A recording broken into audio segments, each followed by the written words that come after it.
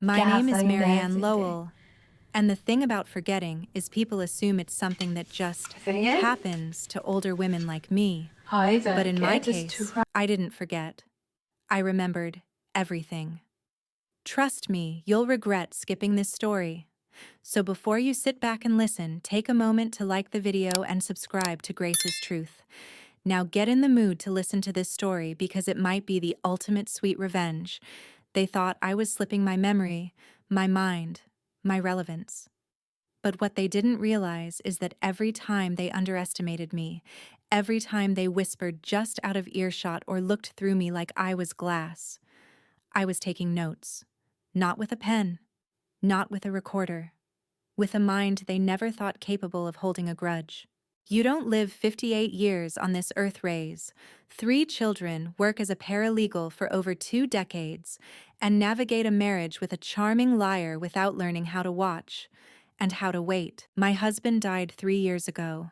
Heart failure, quick, quiet, and in his sleep, which is more grace than he ever gave me in life.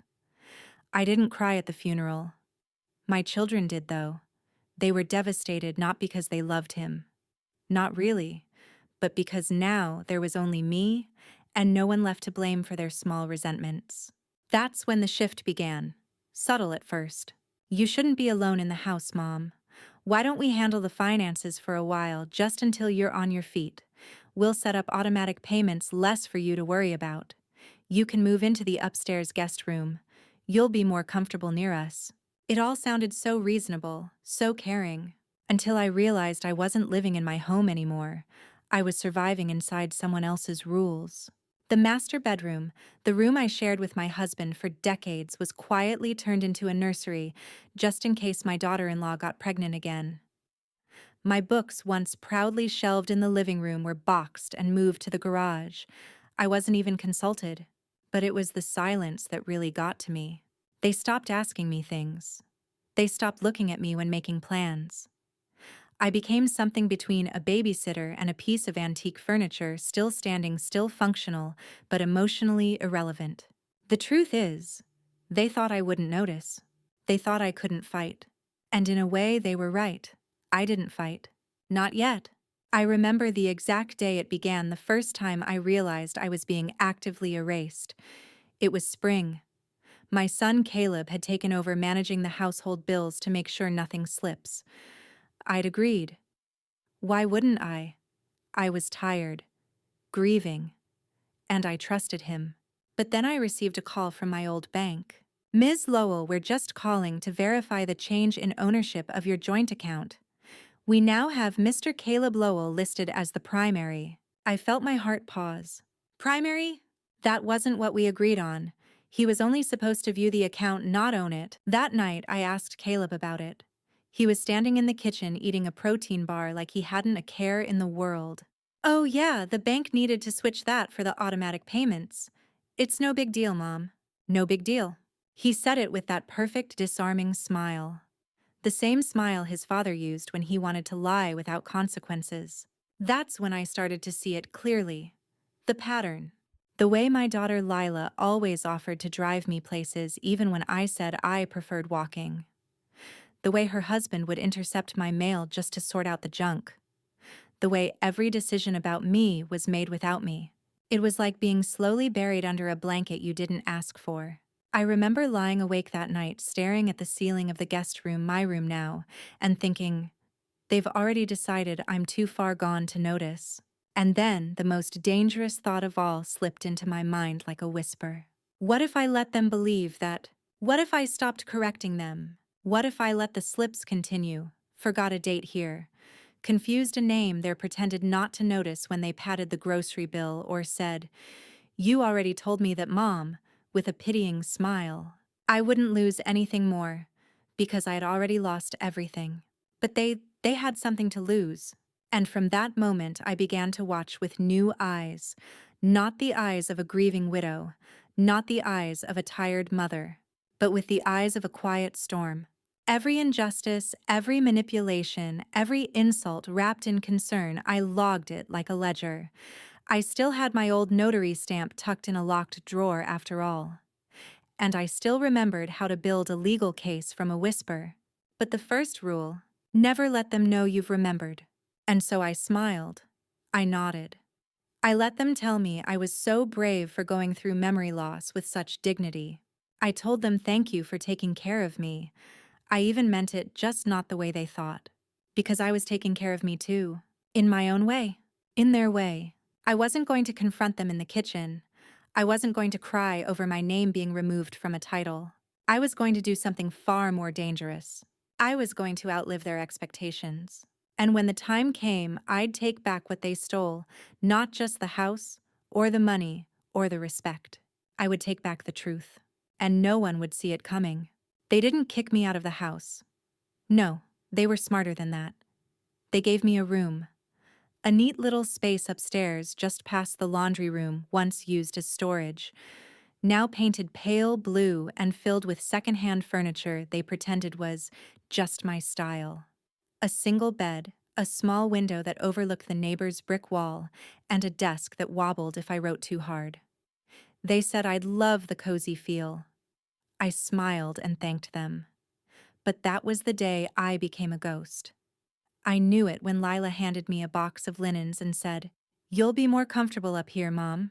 You can have your privacy." Privacy. It's a nice word. But what it meant was distance. It meant they wouldn't have to see me anymore. They wouldn't have to hear the creak in my knees when I walked into the kitchen or smell the scent of my evening tea wafting down the hallway. They wanted a version of me that didn't exist. Someone quiet, grateful, and fading. So I gave it to them. Every morning, I made sure to rise earlier than them. I'd be downstairs making tea, acting confused about where the mugs were, even though I knew exactly which cabinet they were in. I'd shuffle a little when I walked, just enough to make them believe the story they were building in their heads. "Oh, Mom, sit down. Let me get that. You really should start writing things down. Remember what the doctor said. You probably didn't mean to use the wrong password for the electricity bill login, right?" I'd nod. "Oh, did I? I'm so sorry." They thought I was harmless. Harmless and slow. That was their first mistake. But it wasn't just about the way they treated me, it was how they erased me. Little by little. Lila redecorated the living room, took down the family portraits I had curated over the years and replaced them with art from some minimalist home store. "It just feels more modern," she said. "And you know, too many old pictures can feel heavy." The photo of my wedding day, gone.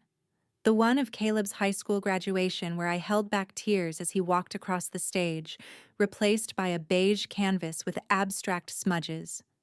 Even my books, my precious novels, my historical memoirs were boxed and pushed into the garage. She told me she'd digitize them for me. I never saw the box again. Caleb, for his part, always played the good son. "Mom, how are you feeling today?" He'd ask, his eyes glancing quickly toward his phone mid-sentence. I'd smile and say I'm feeling better than I look. He laughed the first time. The second time, he didn't even hear me. They brought in a financial advisor, someone I'd never met, and handed me a stack of papers. "It's just to simplify things," Caleb explained. "You're still on everything technically. But this way, Lila and I can help manage the assets more efficiently." I looked at the top page. It was a durable power of attorney form. That weekend, I heard something that made my blood go cold. I was folding laundry quietly, as I often did, when I wanted to disappear into the wallpaper, and the hallway echoed voices from the downstairs office. "Caleb and Lila. Once we finalize the refinance, we'll have enough to start on the second property," he was saying. "What if she asks questions?" Lila's voice was sharp, nervous. "She won't. She's not all there, babe. You saw how long it took her to remember her Wi-Fi password." There was a pause. Then laughter. Not loud. Not cruel. Just confident. Then he added something I will never forget. "We're already paying her bills. That house is practically ours. She just hasn't died yet." I sat down on the top stair. My legs wouldn't hold me anymore. It wasn't the betrayal that broke me. It was the fact that they didn't even bother to whisper. I was already dead to them. A soft inconvenience they just needed to manage into silence. That night I didn't cry. I didn't scream or storm down the stairs. I made myself tea chamomile with a drop of honey. I sat by the small window in my room and watched the moon climb over the neighbor's wall, and I thought, they've built this house with my name, my sweat, my sacrifice. And one day soon, I'm going to take every brick of it back. Not with rage, not with fire, but with truth. And I would wait. Because if life had taught me anything, it's that revenge, like a good book, is best when it simmers. There are moments in life when something breaks not loudly, not violently, but with a soft, irreversible snap inside your chest. And after that, nothing sounds the same again. That moment came for me on a Thursday morning. I was in the hallway dusting the picture frames that Lila hadn't yet replaced. I still had a few relics left, one of my daughter as a teenager at the piano, another of Caleb in his Little League uniform. They probably forgot they were still up there because no one came down this hallway anymore. It was the dead zone of the house, the part they were saving for later renovations once the money came through. I wasn't supposed to be there, but ghosts have a way of drifting where they're not expected. The office door was half open and I heard Lila's voice first, clear, smooth, professional. She was speaking to someone on speakerphone. Yes, we're planning to list it by the end of next month. We just need the paperwork finalized. The deed should reflect Caleb as the sole owner by next week. My heart stopped. The deed. They hadn't said anything about the deed. I took another slow step forward. The voice on the phone, a woman asked, "And the current owner is your mother-in-law?" Lila responded, "Yes, but it's all arranged. She's in early decline. We've taken over her care. She trusts us with everything." There was a pause. "I'll need to see the power of attorney and confirmation of the transfer," the woman said. "That won't be a problem," Lila replied. "We've already started drafting the signatures." I leaned against the wall. Drafting the signatures. They were going to forge it. They hadn't just taken over my space. They were plotting to erase me legally, financially, and permanently.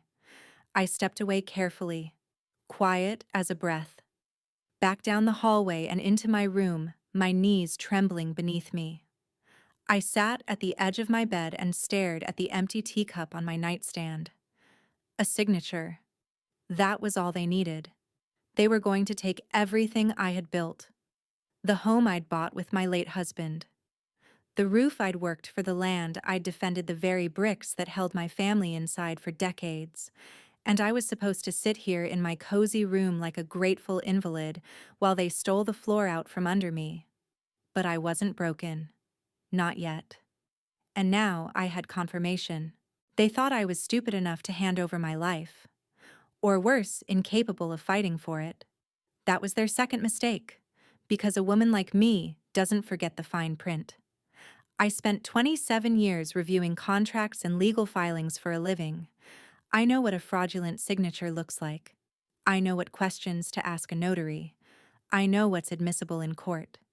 And more than that, I know how to be quiet. That night, I waited until everyone had gone to bed. I wrapped a shawl around my shoulders, padded downstairs, and went to the hall closet. Behind an old box of Christmas decorations, I retrieved a locked tin container. I hadn't opened it in over 5 years. Inside were copies of the original deed, my marriage certificate, my financial records, my notary license, long expired but still valid as a timeline of my professional identity. And at the bottom, a flash drive. It held scanned versions of every legal form I had ever submitted for this property, dated, signed, witnessed, archived. I brought it back to my room, tucked it beneath the floorboard under the bed, and began making a list. A revenge list? No, a truth list. Because this wasn't about vengeance. Not really. It was about correction. They had turned me into a fiction. A character they could manipulate, an old woman with memory issues too frail to question anything, too dull to notice what was missing. I was going to reintroduce them to the real me, but first I needed to gather proof. The next morning, I asked Caleb if he could help me log into my email. I must have forgotten the password again, I said, feigning a little confusion. He smiled. Don't worry, I'll reset it for you. And just like that, he was inside my inbox. I watched as he clicked through my messages, made notes of which ones he deleted, which ones he starred, which ones he never thought I'd look at again. But I had a mirror on my desk. And in the reflection, I saw his fingers typing in a password for one of my online banking apps, his password, not mine. He didn't think I noticed, but I did. I wrote it down the moment he left the room. Every lie became another stitch in the web they were spinning, and I let them spin it.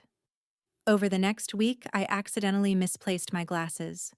I repeated myself at dinner. I smiled blankly when Lila talked about refinancing the property for home upgrades. They laughed about me behind my back. And I let them. Because the more they believed I was weak, the stronger I became. The real shift happened when I found the tablet. My grandson Tyler left it on the couch one night, still unlocked. He's 10. Loves playing games, watching videos, but like most kids, he doesn't know how to clear his history. I opened the Cloud Drive app he'd accidentally left running, and there it was. A shared folder between Caleb and Lila titled Future Plans, inside screenshots of bank transfers, a draft listing of the house on a real estate website, mortgage documents with my name crossed out, even a message thread with a financial advisor where Lila had written, "We'll get her to sign whatever we need." She barely remembers yesterday. I sat with the tablet in my lap for a long time, and then I quietly emailed the entire folder to myself using the new password Caleb had carelessly entered in front of me. I created a backup, printed a hard copy, locked it away. Because now I wasn't just a ghost. I was a witness. And that meant it was time to move from memory to action. The library had always been my place of peace. Long before my husband passed, before the children grew cold, before the world began mistaking me for someone forgettable, I had the library. Quiet corners, dusty hardcovers, familiar chairs worn down by years of readers like me. It was the only place where no one expected anything from me but presence. So when I needed a starting point for my plan, I went there. I told Caleb I was just going to get a few books, something to help with the memory. I said, gently tapping the side of my temple with a self-deprecating smile. He didn't even look up from his phone. "Sure, Mom. Don't get lost," he mumbled, laughing as he scrolled. He didn't even offer to drive me. That was a mistake. Because walking into that library wasn't just about checking out books. It was the beginning of my reappearance.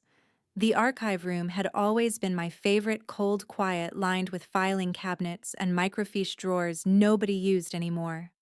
The perfect place to not be noticed. I walked in, took a seat at one of the back tables and unpacked my notes. Old school legal books, real estate law updates, and a binder I labeled Operation Remember Me.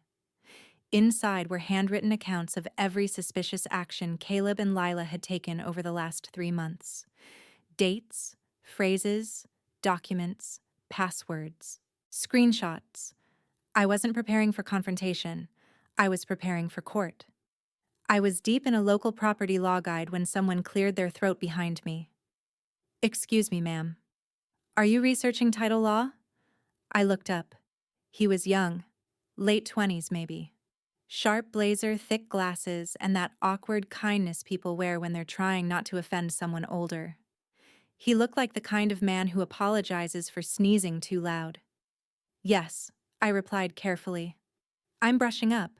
It's been a while." His smile warmed. "I'm Nathan. I'm new here, just started helping out at the library a few weeks ago while waiting on full bar certification. I'm technically a lawyer, but I'm still learning how to use the copy machine without jamming it." I gave a soft chuckle. He stepped closer. "If you'd like help with any of the legalese, I could look through a few things with you." There was a pause. I looked at him, looked down at my binder, and made a choice. I pushed the binder slightly toward him and said, "Let's start with this." Nathan sat down beside me, adjusted his glasses, and began flipping through the first few pages. The more he read, the quieter he got. By the fifth page, he looked at me not with pity, but with something else. Respect. "This is a lot," he said. "You've documented everything." "Not everything yet," I replied. "But I will." He nodded. "Do they know you're doing this?" "No," I said. "They think I'm losing my mind." Nathan let out a long breath and leaned back in his chair. "Then you've got the upper hand." For the next 2 hours we worked. He helped me organize everything into categories: financial fraud, power of attorney misuse, elder coercion. He explained what evidence would hold up and what wouldn't. I listened. I took notes. I asked smart questions, and he answered all of them without once talking down to me. By the end of our session, I looked him in the eye and asked Nathan, "Would you consider being more than just a helpful librarian?" He blinked. "You mean, as your lawyer?" I nodded. "If you're willing." He straightened his shoulders. "If even half of what's in that binder is true, then I need to be your lawyer. People like them, they don't just deserve to lose. They deserve to learn." That was the first time in months I felt something like hope. Before I left the library that day, we agreed on 3 things. He would draw up a legal protection agreement stating he was representing me. I would continue documenting everything. We would do this slowly, quietly, and strike only when everything was airtight. On my walk home, the late afternoon sun warmed my back. And for the first time in a long time, I didn't feel small. I didn't feel lost. I felt dangerous. The moment I walked back into the house, Caleb called out from the kitchen. "Did you remember where the library is this time?" I smiled as I placed a stack of irrelevant cookbooks on the table. "Just needed a little help finding my way," I said. They still had no idea I was building a case brick by brick. They thought I was out there wandering like an old woman chasing fog, but I was collecting stone. And soon, I'd throw the first one. I became an actress. Every nod, every forgotten date, every "where did I put my keys again?" it was all intentional. They had written a role for me, and now I played it so well they started directing the scenes like a sitcom. "Mom, I told you that yesterday." I did say that. "Remember, it's okay. You don't have to keep up. Just rest." I smiled, mumbled apologies, even laughed when Caleb called me our little time traveler. It was insulting, yes, but it also meant they were growing more confident. Careless. They thought I was slipping. What they didn't know was that I had never been more alert. Nathan and I met once a week, always at the library, always in the back corner near the archives. We spoke in hushed tones. I handed him updated notes, emails, screenshots. He helped me refine my timeline, clarified the legal boundaries, and began drafting preliminary filings. We were methodical. I wasn't rushing toward revenge. I was building it with surgical precision. And while the case took shape in secret, I amplified the performance at home. At dinner, I'd ask, "Have we met that real estate agent?" before Lila would exchange a look with Caleb and whisper, "See what I mean?" Then she'd pat my hand and say, "Don't worry, Mom, we're handling everything." They were already handling me, but I made sure to play the part. I let them change my banking preferences. I let them forget to bring me to appointments. I let them fill out forms on my behalf. Because every lie they told, every forged signature, every piece of proof they thought was buried, I was capturing it all, including the check. It happened on a Wednesday. Lila knocked on my door with a smile as stiff as starch. "Hey, Mom, do you have a minute?" She came in holding an envelope. Inside was a check. "It's from the investment account," she said breezily. "We just need your signature so we can deposit it into the home fund. It's for your benefit, too." I took the pen, looked at the line. My name was printed wrong. Marianne E. Lowell. I hadn't used the middle initial in any of my financial records in over a decade. It was a test. or a trap? Maybe both. I signed it, but not the way they wanted. I signed it slowly, deliberately, with a slight curve in the M that only I used on legal documents. The signature was real, but it wouldn't match any of the others they planned to forge. Later, I told Nathan. He grinned and said, "Perfect. We can use that signature as baseline evidence when they try to claim full consent. They're going to trip themselves up with their own paperwork." We were laying the groundwork, but I wanted more than just restitution. I wanted exposure. So I created the memory box, a small, simple chest I kept in my closet. Every betrayal went inside. A necklace of mine Lila quietly took and wore to brunch, thinking I wouldn't notice. A family photo I found in the trash, the one of all of us from Caleb's wedding where I stood beside his father. A voicemail saved and transcribed where Caleb told a friend, "It's like having a gold mine that doesn't know it's worth anything." That line, that one, went into its own envelope. One night, as I sat placing the latest document into the box, I heard Tyler, my grandson, knock on the door. "Grandma," I quickly closed the lid. "Come in, sweetheart." He was holding a drawing, a house with stick figures. He pointed to the tallest one. "This is you," he said, "because you're the tallest in my head." I nearly cried, not because of the drawing, but because he hadn't been poisoned by them. Not yet. Tyler still saw me as real, and for that, I'd fight even harder. They thought I was weak. But weakness isn't forgetting where you put your phone. Weakness is thinking your lies won't come back to burn you. And mine were just beginning to smolder. Birthdays used to mean something in our family.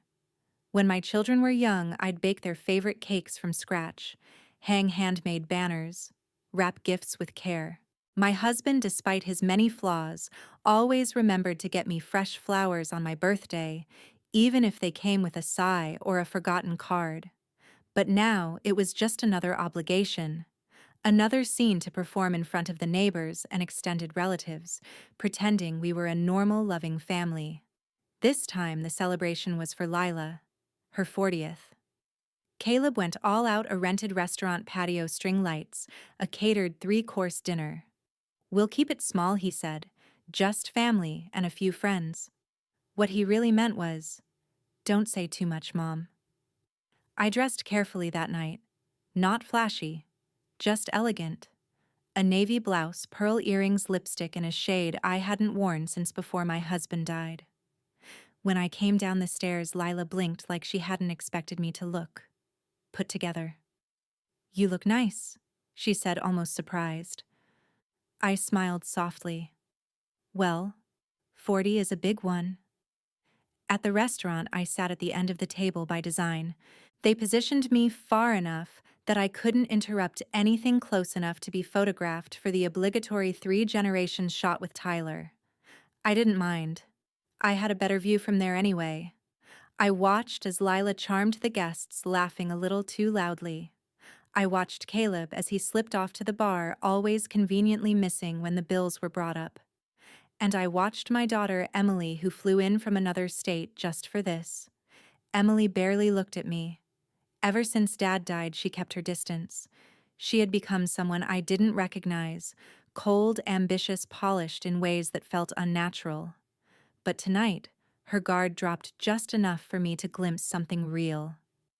"Don't let her drink too much," I heard Emily whisper to Caleb. Last time she forgot her own name. They laughed. I reached for my water and steadied my hand. The server brought out a cake, white chocolate raspberry, Lila's favorite. Everyone clapped. Caleb gave a short speech thanking his wife for being the backbone of our family. "Our rock," he said, "especially now that Mom isn't quite herself." The table chuckled. I laughed too. I wasn't angry. Not yet. Because I had slipped a small voice recorder into my purse before leaving the house, and now I had proof that they were publicly undermining my mental capacity. I leaned toward Lila as if wanting to say something sweet. "I may forget names," I said softly, "but I never forget faces. Or actions." She blinked, confused. I smiled and toasted her with my water. The rest of the evening was a blur of hollow compliments, too loud laughter, and forced warmth.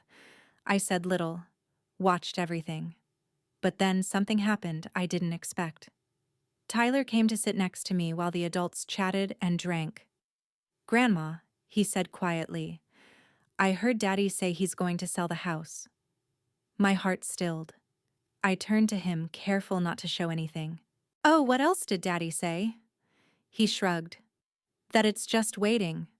That once the papers are all good, we can move somewhere, with fewer ghosts." Ghosts.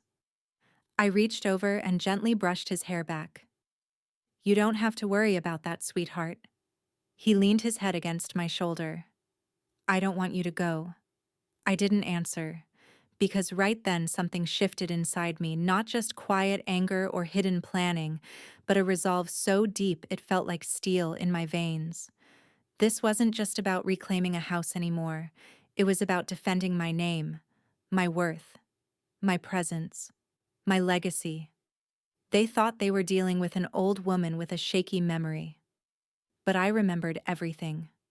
From the day I signed the mortgage papers, to the day Lila called me dead weight behind my back, to this very moment where my grandson, my only true innocent, looked at me with fear in his voice. I would not let them rewrite history, not while I still breathed. That night after the party, I sat in my room with the recorder. I listened to the laughter, the toasts, the way Caleb chuckled when someone asked if I still had all my marbles, and I labeled the file Exhibit C, Public Narrative of Mental Decline. Nathan would be pleased. We were almost ready. But I needed one more thing, a clear record of a forged signature. And they were about to hand it to me without knowing. The boldest lies are often hidden in plain sight. A few days after Lila's birthday party, I found it by accident, or perhaps by design. Tyler had left his tablet on the living room sofa again. He was upstairs brushing his teeth, and I was picking up the trail of clutter left behind from his whirlwind school day. But this time, the screen was still on. Open. Unlocked. I was about to press the power button when I saw the tab. It was a cloud storage app, an automatic sync folder. One Caleb and Lila clearly used to move documents between devices. Probably never imagined a 10-year-old's tablet would become their weak link. I tapped it once, and there it was, a folder labeled Home Equity Strategy. My throat tightened. Inside PDFs, scanned images of bank statements, loan approvals, a detailed spreadsheet breaking down potential profit from selling my house with columns like expected renovation ROI transfer fees, and most chilling of all, projected payout post-Marianne. Post-Marianne. That wasn't just a label, that was a plan. I kept calm, took screenshots. Then I emailed them to myself quietly, slowly making sure the files sent without triggering alerts.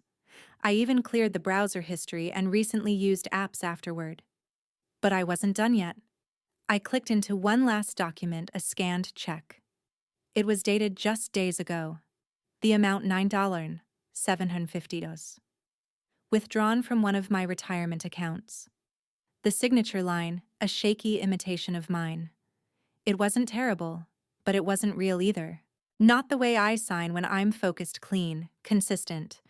It was enough for a trained eye to question it, and I knew just the trained eye who could confirm it. I sent it to Nathan that night.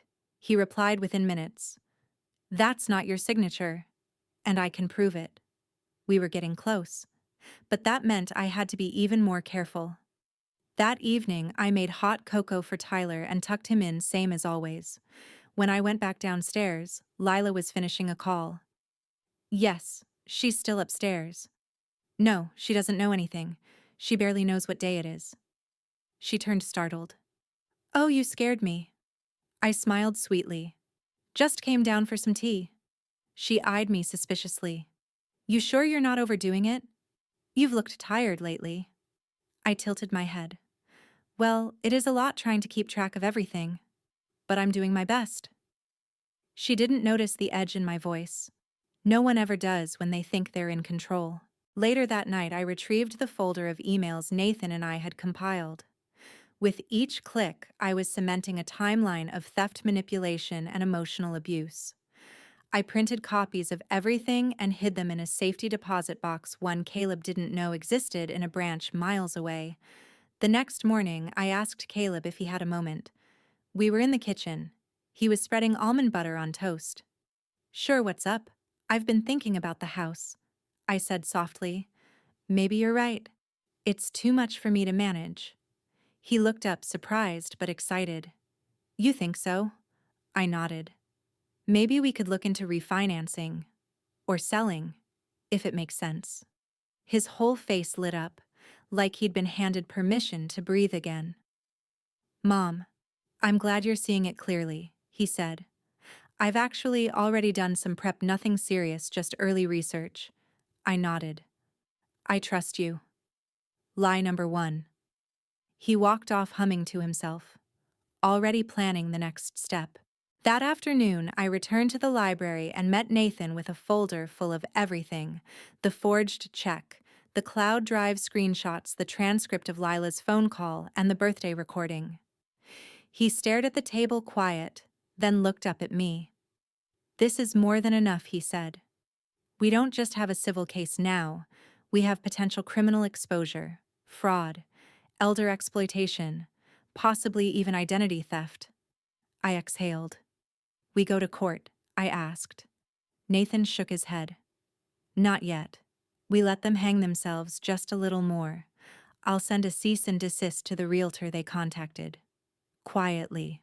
And we'll file an injunction to freeze any property transactions connected to your name. If they try anything, they'll trip a wire they can't see." I smiled. For the first time in years, I felt like myself again. Not the fading woman in the attic, not the burden, not the ghost, but the woman who built this family and who could now bring it all to light. When I returned home, the dinner table was full. Emily had come back unexpectedly. Caleb poured wine. Lila was glowing like she already smelled victory. "Everything okay?" Emily asked me. "Everything's perfect," I replied, reaching for my glass. I was drinking water. But they thought it was wine. So when I fumbled my fork and muttered, "What day is it again?" they laughed. They thought I was slipping again. But really, I was preparing the fall. Theirs. I didn't need a grand reveal. I only needed one mistake. And they were so close to making it. After my carefully planted suggestion about refinancing the house, Caleb and Lila moved quickly. Too quickly. The kind of speed that only comes from knowing you've gotten away with everything so far. They thought I was yielding, that I'd finally come to accept my limitations. In their eyes, I was tired, compliant, out of options. That was exactly what I needed them to believe, because the trap was already in place. It started with the email. Nathan sent a formal inquiry to the real estate agent whose name had appeared on one of the emails I pulled from Tyler's tablet. The message was polite, professional, but laced with legal curiosity. He asked about any upcoming listings involving the Lowell residence and requested confirmation of the rightful owner. The agent, likely startled, responded within hours. "Apologies, I was told the property was being transferred through power of attorney. I've paused the process pending clarity." Good. That same day, I overheard Caleb in the backyard on a call. "Just a delay. We'll have her sign the final doc this week. It's just one form, she won't even know what it is." That was my signal. I knew they'd bring me paperwork. They'd make it look casual, disguised as something harmless. A routine update. They'd prey on the fact that I had trouble remembering things. And when they did, I'd be ready. It happened 2 days later. Lila knocked on my door in the late afternoon. She wore her softest smile, the one she used to wear when she was still pretending to like me. "Hey, Mom, we just need your signature on something small, bank compliance stuff. Nothing serious." I gave her a blank look. "I sign so many things now. I don't always know what they're for." She laughed. "I know, that's why we keep track of everything for you." She handed me the papers and a pen. I sat at my desk slowly, deliberately, and picked up the form. A declaration of intent to transfer ownership. Dressed up in soft legal language buried beneath pages of fluff. But I saw it immediately. This wasn't just paperwork. This was the final nail. I signed it. Calmly, cleanly, with a signature completely different from the one they forged on the check and financial withdrawals. They didn't notice. They were too excited. Lila kissed my cheek. Thank you, Mom. You're the best. I held the pen tightly until they left. Then I called Nathan. It's done, I said. He met me that evening in the library parking lot. He opened the folder, examined the signature, then grinned. This won't match anything. They just gave us their biggest mistake. With this, we now had 3 distinct versions of my signature, mine, theirs, and the trap. And in court, that kind of inconsistency is everything. But I wasn't done. I needed one more thing, a time-stamped reaction. Proof that they knew what they were doing was wrong. So the next morning, I sat at the breakfast table with my phone discreetly recording. I looked over my tea and said, I hope this new paperwork isn't anything too serious. Sometimes I get nervous about what I'm signing. Lila looked up from her laptop. Oh, Mom, don't worry. That was just a routine form. Caleb chimed in. You said yourself you trust us? Remember I do. I said, nodding slowly. It's just... Sometimes I wonder what would happen if someone looked into all these things. There was a flicker. The tiniest hesitation in Caleb's hand as he picked up his coffee. Lila blinked twice, then smiled too fast. That's why we're so careful, Mom. Everything we do is for your best interest. Perfect. I saved the audio file, labeled it Exhibit D, Conscious Deflection. That evening, Nathan filed the preliminary injunction and legal complaint. It was done. The papers would be served in 72 hours. But I didn't wait in fear. I waited in clarity. Every corner of this house that had once felt like a tomb now felt like a chessboard. And I was no longer the pawn. That night, as the family watched TV downstairs, I sat at my desk with the memory box open. The forged check, the voicemails, the discarded photo, the signed trap. I closed the lid and whispered to no one in particular. They'll never know the moment it turned. But I do. The day they were served, the air in the house changed. It was like a storm cloud rolled through and settled quietly in the corners. No thunder, no rain. Just a tense, electric silence. Even the walls seemed to hold their breath. I was in the kitchen slicing strawberries for my morning tea when the doorbell rang. 10:07 a.m. sharp. I knew who it was. Nathan had called the night before. They'll be served tomorrow. Mid-morning. I had said good. Lila answered the door. I didn't turn to look, but I heard her voice too polite. Yes. A beat of silence. Then the chilled phrase dropped like glass on tile. You've been served. Papers rustled. Caleb's footsteps pounded down the hallway like a threat. Then a door slammed. Hard. I didn't flinch. Instead, I placed the strawberries in a bowl, took my time arranging them with care, and carried them to the dining table. The window light fell across the floor like a spotlight. Fitting. Seconds later, I heard his voice behind me, high-pitched and panicked. Mom? I turned calmly. Caleb stood there, face flushed, shaking a manila envelope like it was filled with fire. What is this? I raised an eyebrow, gently placing the bowl down. Is something wrong, dear?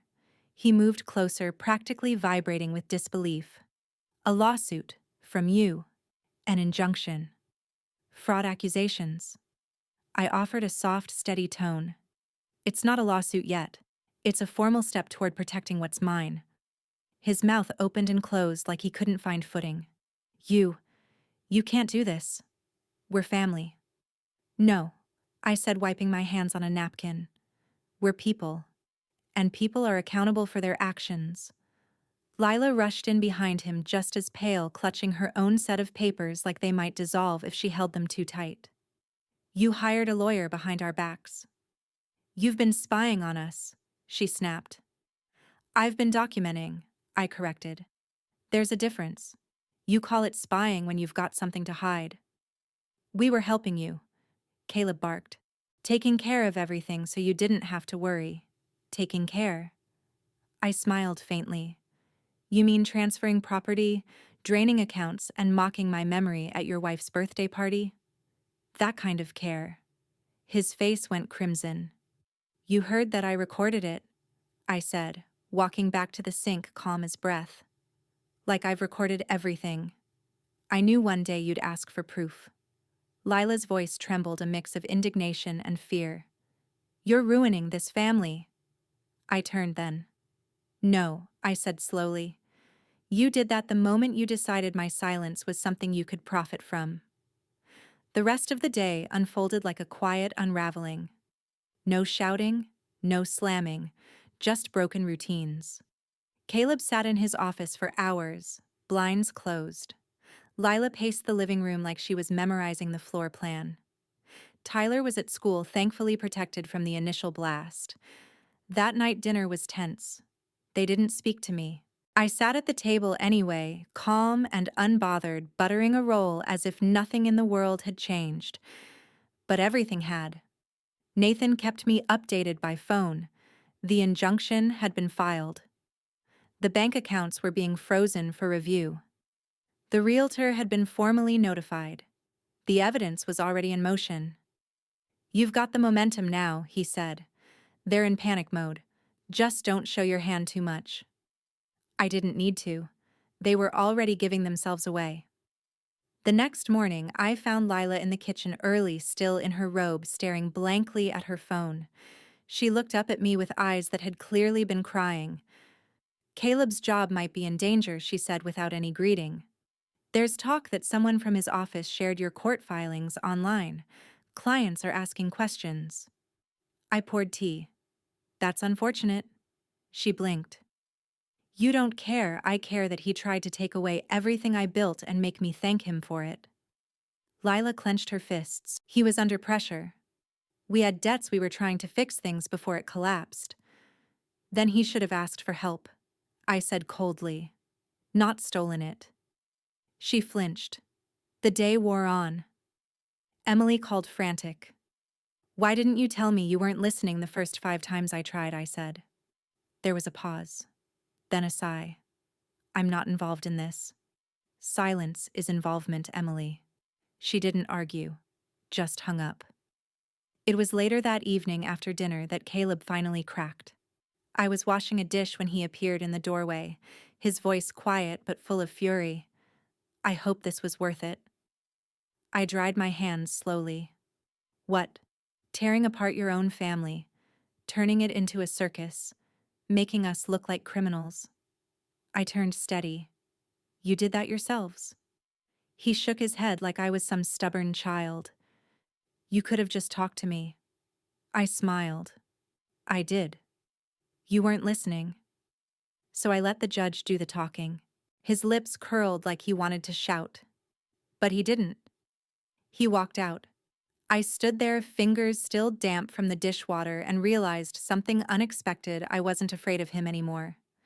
The son who had once towered over me in anger, who used logic and charm to twist guilt into compliance. He didn't intimidate me. He had underestimated me for so long he believed in the fiction he'd written. But I was no fiction. I was the author. And the next chapter was justice. You can always tell when a house is starting to fall apart, not from the noise, but from the silence. The day after Caleb confronted me in the kitchen, the house went still. Doors were opened and shut without words. Meals were made and eaten separately. The air carried the tension of people who could no longer pretend. And then the cracks widened. It began with the mail. A formal notice arrived from the county clerk's office. Financial records were being requested as part of the ongoing investigation into potential elder exploitation. Lila intercepted it as she always did. Only this time the envelope had her full name on it. Not mine. I was in the garden when it happened. She came outside the letter in her hand, trembling. You brought investigators into this?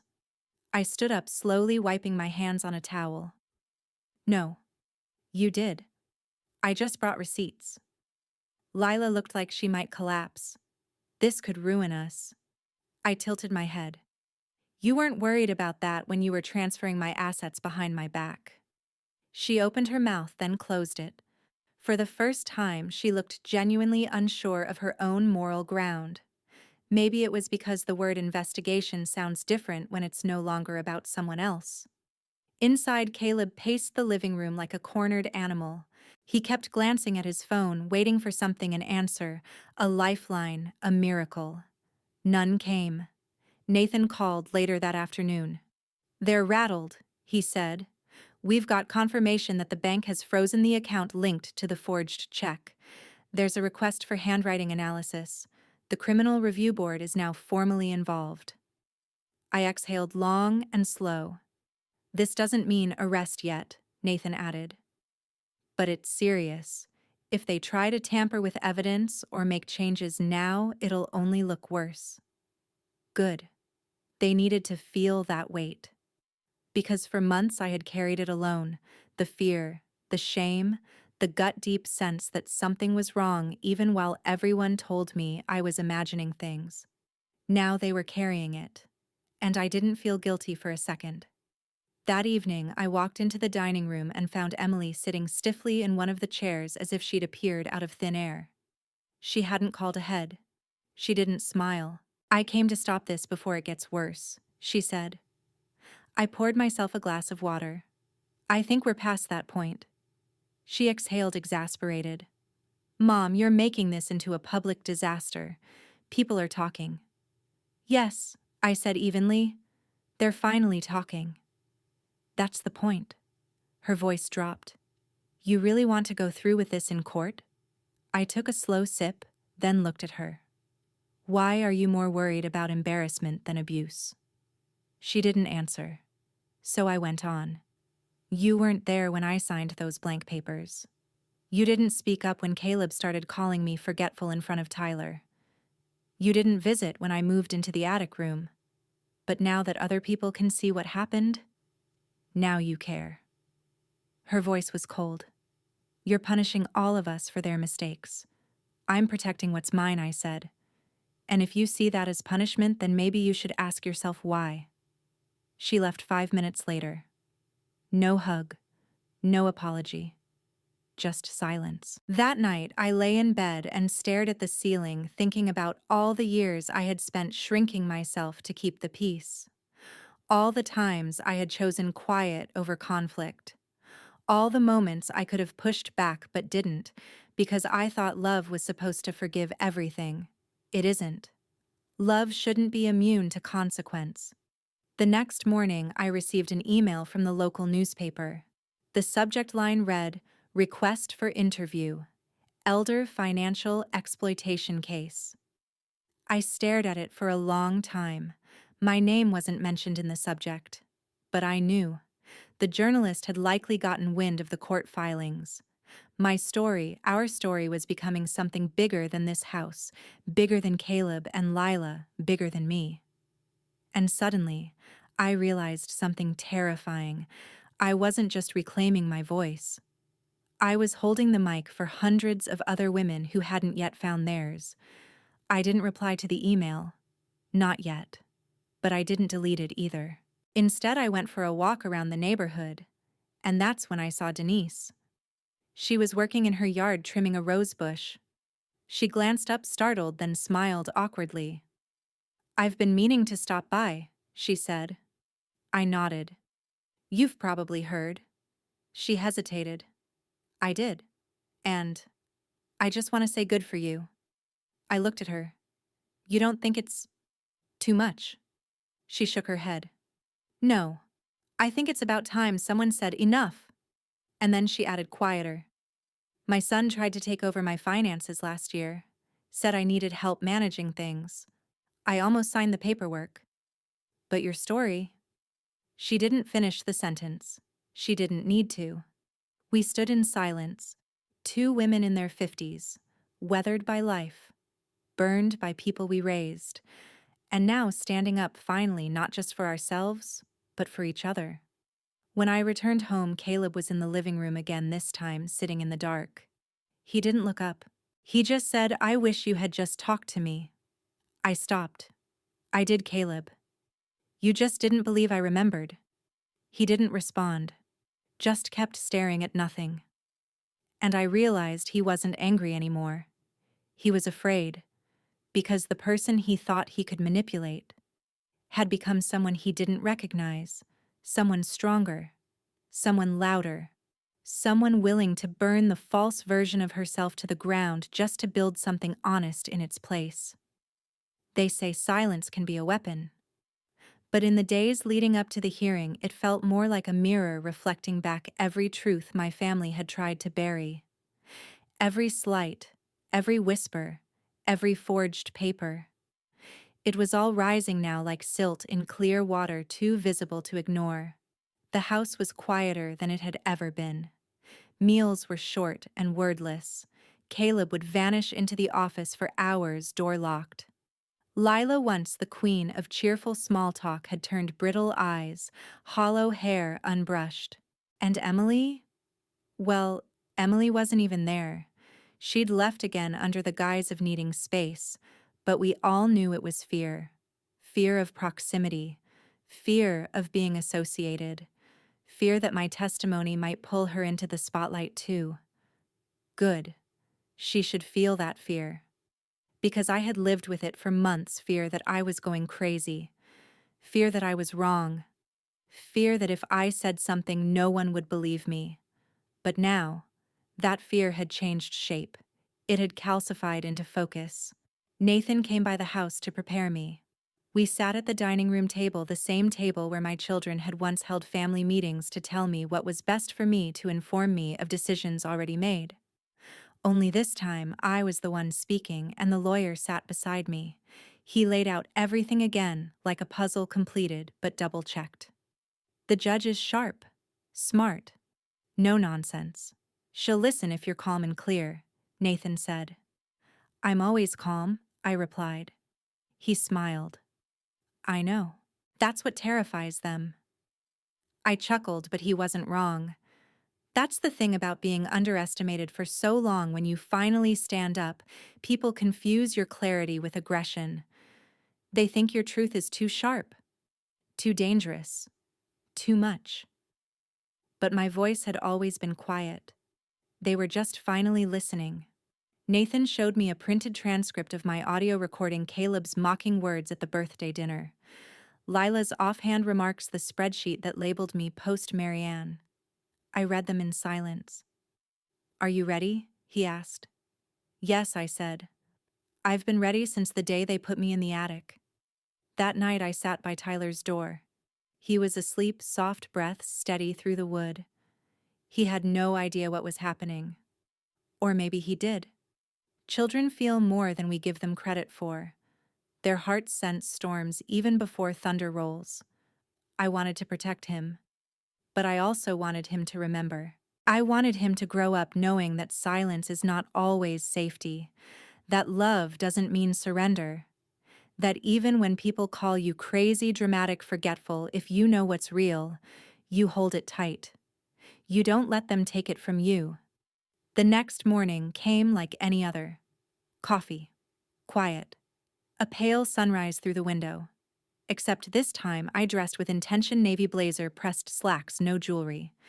I looked in the mirror and saw someone I hadn't seen in years. Not a mother. Not a burden. Not a ghost. Just me. At the courthouse, Caleb and Lila sat on the opposite bench. Lila looked brittle. Caleb looked like he hadn't slept. Neither of them made eye contact. Nathan greeted me with a firm nod, carrying 2 leather-bound folders, mine and theirs. The bailiff called the case. We entered. I wasn't nervous.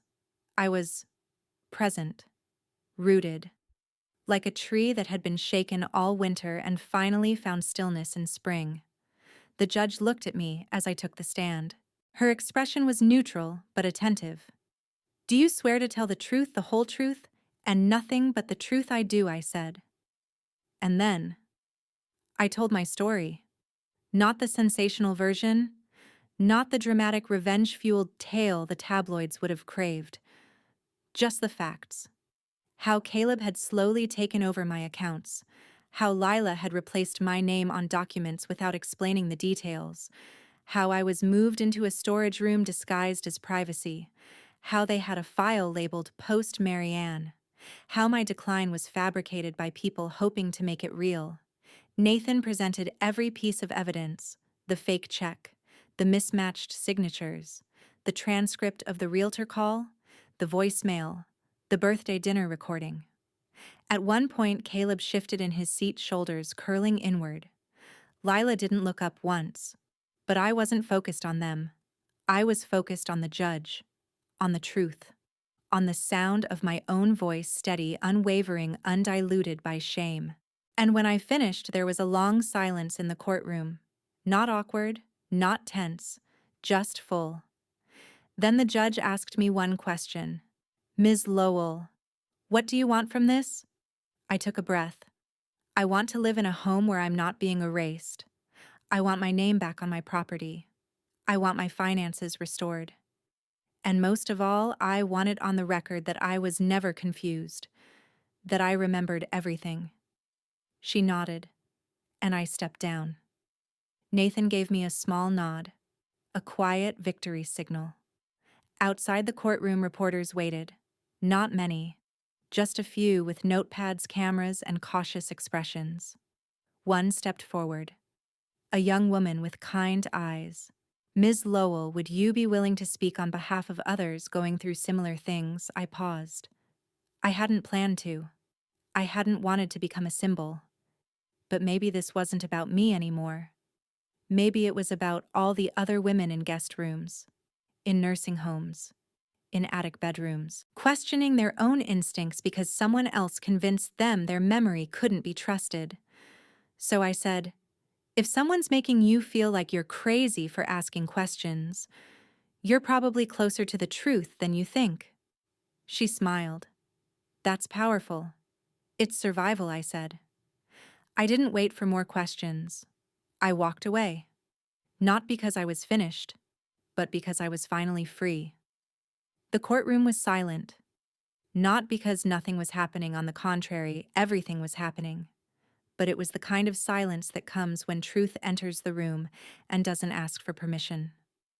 I stood behind the polished wooden railing, heart-steady, hands folded. The judge's voice was calm, clinical, deliberate. "This court finds that sufficient evidence has been presented to establish that Ms. Marianne Lowell was subjected to financial exploitation by family members while under false pretenses of care. The property deed shall be returned in full to her name. All prior transfers are void. Further, this court is referring all related documentation to the District Attorney's Office for investigation into criminal activity, including forgery and elder abuse." Just like that, it was done. No gavel, no explosion of drama, no gasps from the gallery. Just words. But words that changed everything.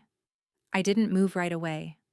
I stood still as the judge shuffled papers, and Nathan, standing beside me, gave me a subtle nod of approval. The kind of gesture that said, "You did it. You stood your ground."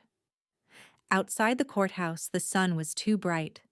I had to squint even with my sunglasses on. Reporters lingered by the stairs, discreet but present. One held a voice recorder. Another scribbled on a small notepad. None of them approached me yet. Nathan walked beside me, leather portfolio in hand. "You want to say something?" he asked, not pushing, just offering. "Not today," I replied. "Today isn't about the press." He nodded. "Let's get you home." Home. That word meant something different now, because the last time I walked into that house, I was still fighting for it, still uncertain whether my name would stay on the deed, still questioning if I was overreacting, still doubting myself. Now the court had spoken. My name wasn't just restored, it was defended. Caleb and Lila exited the building behind us. Their expressions were unreadable, defeated. Lila had her arms crossed tightly over her chest. Caleb looked 10 years older, shoulders slumped, his usual self-assured stride gone. They didn't speak to me, didn't even glance my way. I didn't need them to. They knew. Back at the house, I stood at the door for a moment before unlocking it. It felt like I needed permission from the space itself, but I didn't. This house was mine, and I was finally stepping into it as its rightful owner, not as a guest, not as a burden, not as a shadow. I spent that evening quietly. I didn't pour champagne. I didn't call anyone. I made tea, sat by the fireplace, and just exhaled. That night was the first time in a long time I slept with both eyes closed.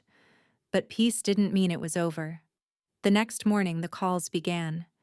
It started with Denise from next door. "I just wanted to say I'm proud of you," she said gently. "I don't know everything, but I read enough to know you've been through hell." "Thank you," I said, surprised. Then another call. A woman from our church. Then two more. The following day, women I hadn't seen in years, some acquaintances, some near strangers. I saw the article in the paper. I didn't know it was that serious. I had a cousin who went through something similar. Each call was a reminder that what I thought had been a personal wound was something much more widespread. The quiet stripping of power from aging women hidden behind the mask of help, protection, good intentions. The article had run a small blurb under the community law section, but the headline was clear: "Local widow wins property, back after family fraud investigation underway." A few days later, the local podcast Justice in the Suburbs contacted Nathan asking if I would speak. "I can stall," Nathan said. "They'll reach out again if it grows." "I'm not ready," I told him. And it was true. I needed time not to process what happened because I'd processed it in silence for months, but to own it out loud. That came sooner than expected. 2 weeks after the verdict, I walked into the grocery store and noticed a woman watching me by the fruit section. She hesitated, then approached. "I hope this isn't weird," she said nervously. "But you're Marianne, right?" I nodded. "I read your case. Online. And I just wanted to say, thank you." I blinked. "For what?" "For not letting them make you feel crazy," she said. "My sister tried to have me declared mentally unfit when I wouldn't sell our mother's condo. She told everyone I had cognitive issues. Even my husband believed her for a while." I stared at her. She continued, voice cracking slightly. "Your story reminded me that I'm not crazy, just angry. And right." We exchanged phone numbers. That night, I started a notebook. At the top of the page, I wrote, "Women Who Remember." Underneath it, 5 names. All of them had reached out in the last 10 days. All of them had a story. I didn't create a support group. Not officially. But I started hosting tea once a week.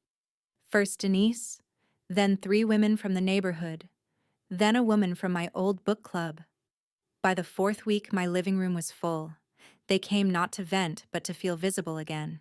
To share their stories about children who signed their names on legal forms, about husbands who managed their money, about families who insisted they were too emotional or too tired to handle things anymore. One woman, Sandra, said something I'll never forget. "They didn't take my house," she said, "but they took my confidence. And that's harder to get back." We sat in silence for a moment. Then I said, "You'll get it back. Piece by piece. One remembered truth at a time." That became our unofficial motto. We didn't scream. We didn't rage. We remembered. And remembering, it turned out, was its own quiet form of justice. But while I was building something new, my family was still unraveling. Caleb and Lila had moved out quietly overnight. Denise said she saw a moving van early one morning around 6 a.m. No goodbyes, no confrontation. I received a single envelope in the mailbox the next day. It had no return address. Inside, a handwritten note. "I don't expect forgiveness, but I never stopped loving you. I just didn't know how to say it. There was no signature. I knew it was Caleb. I folded the note and placed it in the memory box beside the court documents, the forged check, the photo they once threw away. Because even that moment, as small and late as it was, mattered. Emily sent a longer letter. 4 pages. Apologies, explanations, half-formed confessions. She wrote that she was seeking counseling, that she had resigned from a promotion she no longer felt she deserved, that she wanted to talk when I was ready. I didn't respond right away. I didn't need to punish her. But I wasn't ready to welcome her either. Healing isn't linear, and forgiveness isn't instant. It's earned. And right now I was still learning to forgive myself. For letting it go on for so long, for doubting my instincts, for believing even briefly that love meant accepting harm. But every time I opened the door to another woman who thought she was alone, that guilt softened.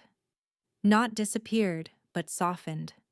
Because if my silence had cost me something, my truth was helping others reclaim what they thought was lost forever. I never asked to be anyone's example. But that's the thing about truth, it doesn't ask for permission. Once it's out, it lives on its own. People find it. People need it.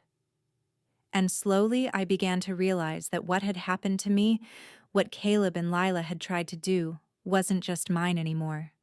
It belonged to every woman who had ever been silenced in her own home, stripped of her agency behind the polite language of, "We're just helping." It started with the women's tea group I hosted every Friday. By the third gathering, we had outgrown the living room. I moved a few tables together on the back patio. The sun hit just right through the old oak trees, and there was a breeze that carried our voices gently, like the house itself was listening, honoring the stories it had once been used to suppress. Sandra, who had once been terrified to speak even above a whisper, now leaned forward during conversations and said things like, "You know what? I am angry, and I'm allowed to be." Each meeting had a rhythm. Someone would share a moment, sometimes small, sometimes gut-wrenching, and the others would listen, not to fix it, not to diminish it, but just to hold it. And then, one Friday, a woman named Cheryl brought her daughter. She asked to come. Cheryl said with hesitation, "I didn't force her." Her daughter Miriam was in her 30s, confident but not arrogant. She sat among us, listened to every word, and then said something that gave me chills. "You know, my generation thinks we're the first to talk about boundaries and gaslighting and manipulation, but listening to you all, you've been surviving it silently for decades." We stared at her. Then someone might have been. Denise let out a laugh, bitter and soft. "We thought it was just marriage," she said. We all laughed, but it wasn't funny. It was the sound of recognition, of release. Miriam offered to help create a website for us. Just a simple page with resources, articles, and maybe an anonymous submission box for women who wanted to share what they couldn't say out loud. We called it Remember Me. It wasn't fancy, but it was ours. And almost immediately the messages began coming in. Some were short. They moved me into the garage after Dad died. Told me it was temporary. That was 2 years ago. Others were confessions. My daughter forged my signature on a life insurance policy. I thought I was overreacting. And then some were heartbreaking truths wrapped in guilt.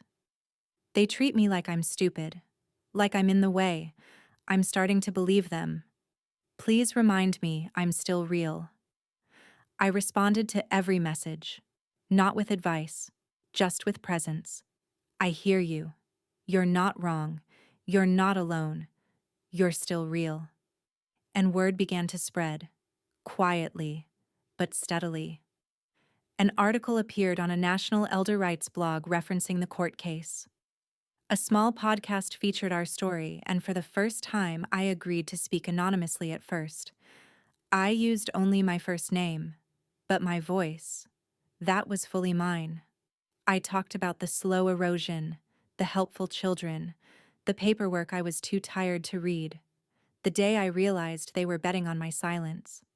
I told them about the memory box, the tea group, the judgment, the victory. And most importantly, I talked about the moment I stopped trying to be loved more than I wanted to be respected. The podcast episode went viral. By the next week, Remember Me had over 10,000 unique visitors. That number meant something, of course. But what mattered more were the individual echoes, the messages, the phone calls, the emails from strangers who were now calling themselves survivors. Survivors of manipulation, survivors of strategic kindness, survivors of being erased. Caleb heard about it. I knew because he sent me an email. No subject line, just a single paragraph. You've made your point. I hope it brought you peace. For what it's worth, I am sorry. I was scared. Not of you, but of everything falling apart. And I took from you because I thought you were the safest person to take from. I didn't reply. Not because I hated him, but because there's a kind of apology that's meant to clear the air for the person saying it, not the one who was hurt. And I wasn't ready to do his healing for him. Emily wrote too. Longer. Messier. I've started going to group therapy. I brought up what happened and someone called it passive abuse. That shocked me. I didn't think I did anything. And maybe that's the problem, I didn't. Her words didn't sting. They just sat in me. Like a splinter that no longer hurts, but you still remember how it got there. I didn't write back. But I didn't throw the letter away either. I placed it in the memory box. That box, once filled with evidence of betrayal, now held more than that. It held layers, letters, clippings, submissions from other women, copies of legal guides we'd begun compiling for the website. It had become something more than proof. It had become record, witness, legacy. One afternoon, as I was organizing the site's inbox, I saw a new message marked urgent. It was from a woman in her 70s. Her daughter had just attempted to file for conservatorship behind her back. She hadn't known how to fight it, but she found our site, read my story, used the forms we had posted, brought them to her neighbor who happened to be a retired judge. They backed off, she wrote. My daughter said, "Where did you get all this?" I told her, "From a woman who remembers." I sat back and cried. Not from grief, not from rage, from recognition. For the first time, I realized that this was no longer about revenge. This was about remembrance. Because when someone tries to take your life from you, not your pulse, but your place, they count on one thing: that you'll forget who you are, that you'll doubt your memory, that you'll second-guess your instincts. But if you remember, if you refuse to forget, then you take back the one thing they truly wanted: your power. That night, I sat with Tyler on the porch again. He was reading a graphic novel, swinging his legs as they dangled from the bench. "Grandma," he said, "are you famous now?" I laughed softly. "Not really, but people listen to you." "Some do," I said, "and some always did. I just didn't know it." He looked at me, brow furrowed in that thoughtful way only children can wear. "Is that what remembering is? Talking out loud?" I paused. Smiled. "It's part of it. But remembering also means refusing to let lies replace your truth." He nodded, as if that made perfect sense, then went back to reading. I watched him in the golden light and felt something shift again, not the weight of the past, but the lightness of what was ahead. Because I had remembered myself back into existence. And I wasn't going to forget again. People talk a lot about starting over. They make it sound like reinvention, something clean, bold, even glamorous. But when you're nearing 60 and coming out the other side of betrayal, starting over doesn't feel like reinvention. It feels like reclaiming ground you didn't even know you'd surrendered. Every morning now, I wake up in a house that feels lighter. Not because it's emptier. If anything, it's more full than ever, with letters, laughter, visitors, and the rustling sounds of my life finally being mine again. No one rearranges my drawers. No one asks for my signature on mysterious forms. No one stands behind me watching, calculating. Just me, a warm cup of tea, and the slow return of trust in myself. And in the mornings, after reading a few new messages from the Remember Me inbox, I sit down and write. Not long journal entries, just thoughts. Traces of who I was before I started dimming myself to fit inside a grateful woman's role. I used to walk lighter, afraid my footsteps would annoy someone. I used to say thank you for being allowed in my own kitchen. I used to pretend forgetting was easier than arguing. I don't do that anymore. These thoughts, small as they were, became entries I posted weekly on our site under a section we titled The Ledger. The name came from Sandra. She said, "If they kept a silent tally of everything they did for us, why shouldn't we keep one of everything we've survived?" And so we did. We wrote down the things we remembered, the ways we came back, the tiny rebellions we never knew were revolutionary. One day in late spring, the community center reached out. It wasn't the kind of place I usually went, loud, busy, often filled with bouncing toddlers and exhausted parents. But the director, a woman named Lynette, had read my story online and invited me to speak. "To a group of women your age," she said gently. "Some of them are dealing with the exact same thing. You'd be safe, and I think they need to see what surviving it looks like." I said yes before I had time to overthink it. When I arrived, the chairs were arranged in a circle. 15 women, mostly in their 50s and 60s, a few younger, clearly carrying the same exhaustion in their eyes. One was holding a tissue before I even began. I didn't bring notes. I just told the story again, this time from the beginning.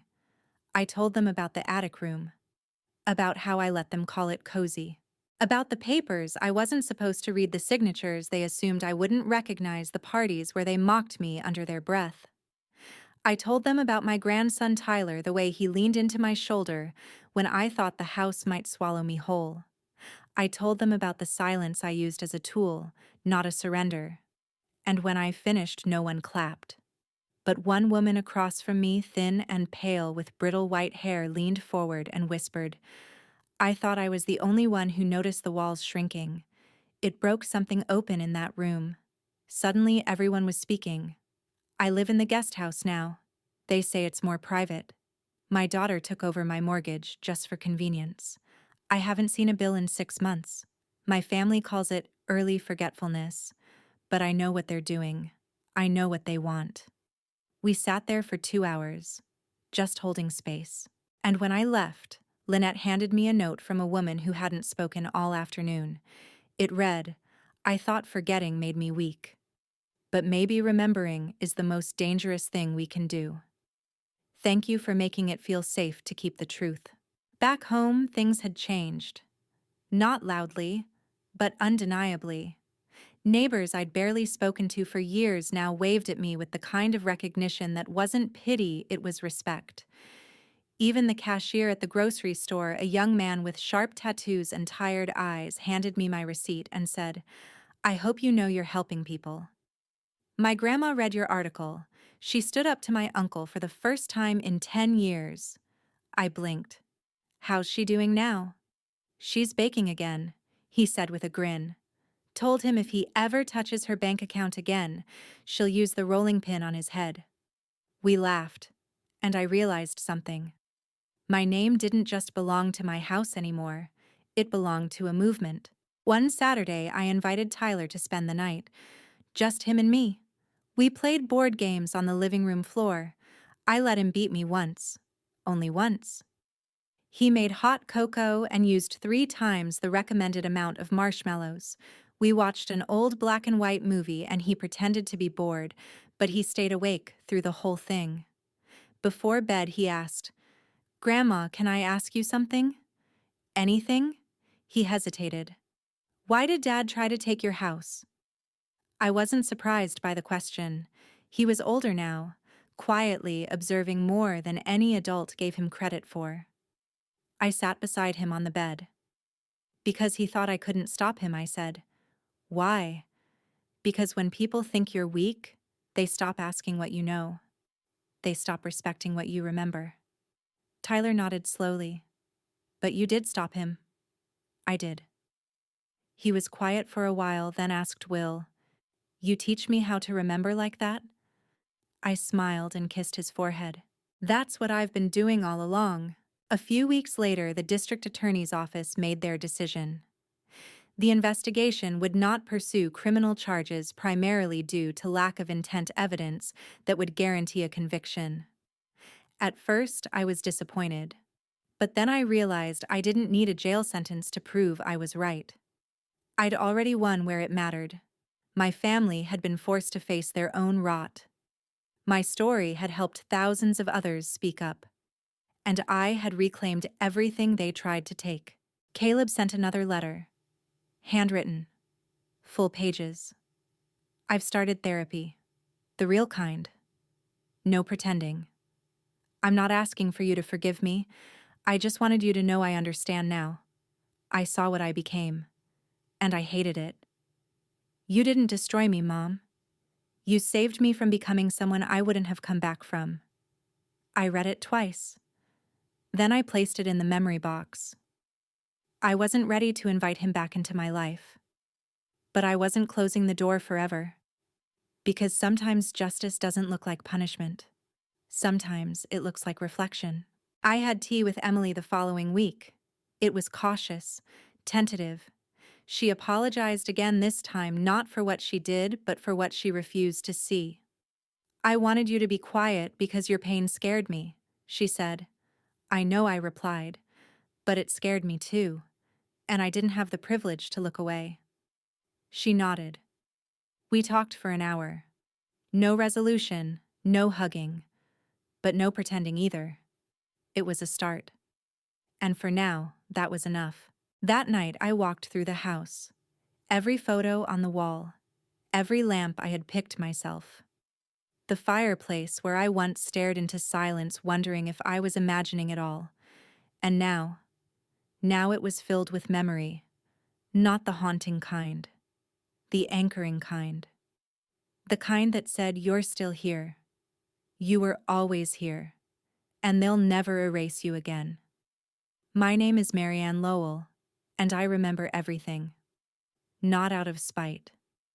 Not because I'm trapped in the past, but because remembering has become the foundation of my freedom. There was a time when I thought survival meant forgetting, that the only way forward was to bury the betrayals deep and smile through the dinners, the birthdays, the photo ops.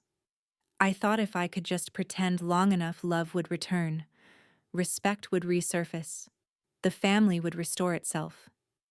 But all it did was shrink me, piece by piece. Until I became a quiet shadow in my own home, watching as my name was removed from my life on documents, in decisions, in conversations I was no longer invited into. Until I stopped speaking. Until they assumed I couldn't speak at all. But silence is not weakness. It is not absence. It's space.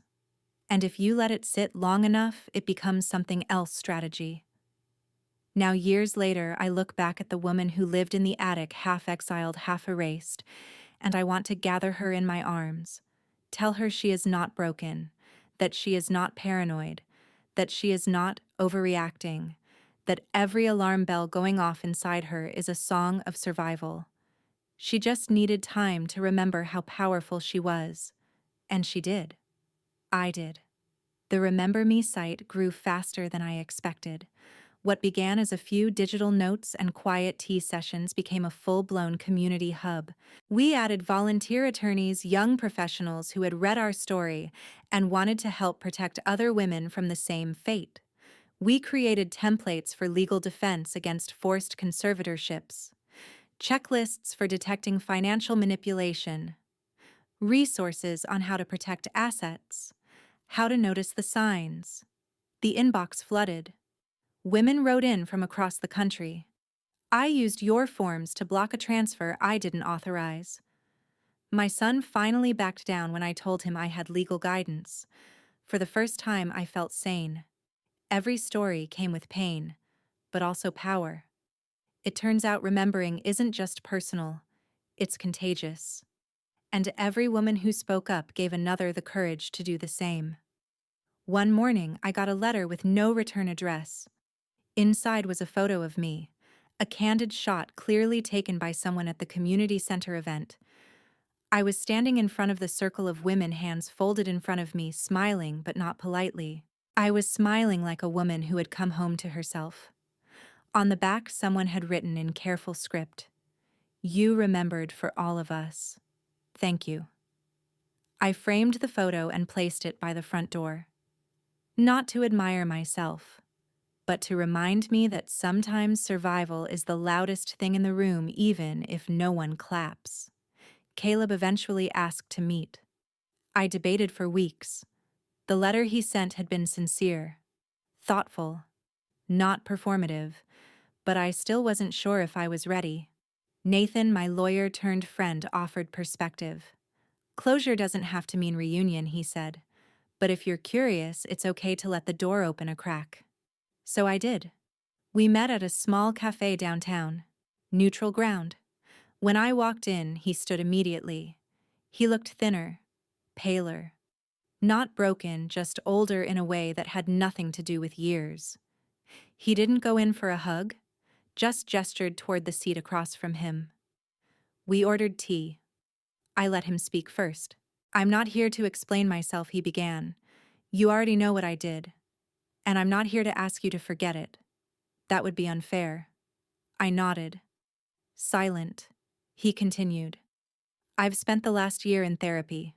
Real therapy. I've been unraveling a lot stuff I didn't even know I was carrying. Expectations, entitlement, fear. The way I used you as a safety net without even realizing I'd turned it into a trap. That got my attention. He wasn't sugarcoating it. "I don't know if I deserve your forgiveness," he said finally, "but I like the chance to earn back your trust even if it takes the rest of my life." I let that sit in the air. I sipped my tea. And then I said something that surprised even me. "I don't hate you, Caleb.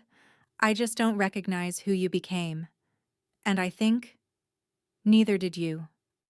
He looked down. We didn't solve anything that day. We didn't cry or embrace, but we didn't leave angry either. It was a beginning. And beginnings matter. Emily visited the house a few weeks later.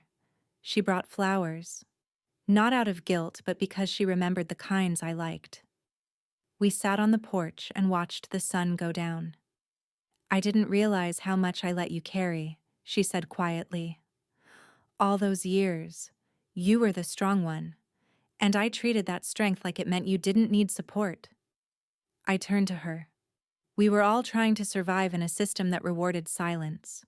You didn't make that system, but you didn't fight it either." She nodded. "I'm trying now." "I know," I said. And I did. Tyler's drawings now fill a small corkboard in my kitchen.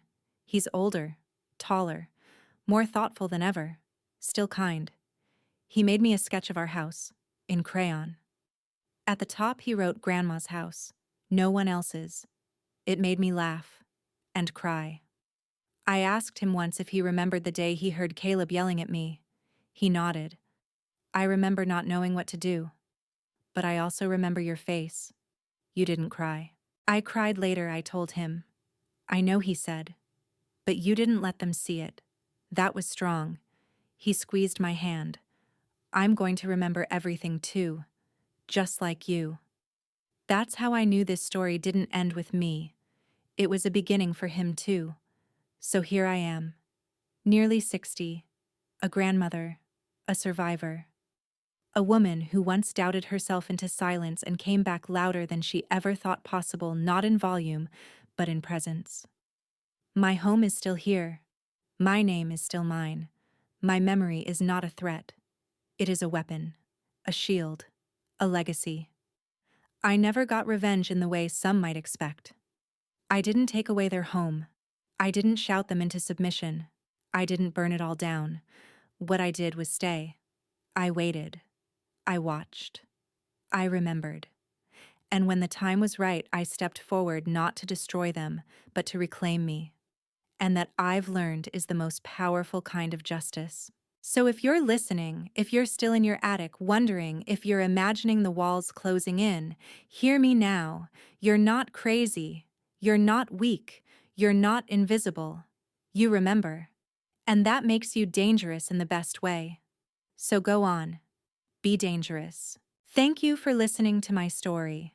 If it touched something in you, if you've ever been made to feel small in your own life, or like your truth didn't matter, I want to hear from you. Leave a comment, share your story, or just say, I remember. And don't forget to like the video, subscribe to Grace's Truth, and hit the bell icon so you don't miss the next story of strength, truth, and quiet revenge. Because here, we speak the unspoken, and we remember the things they hope we'll forget, always.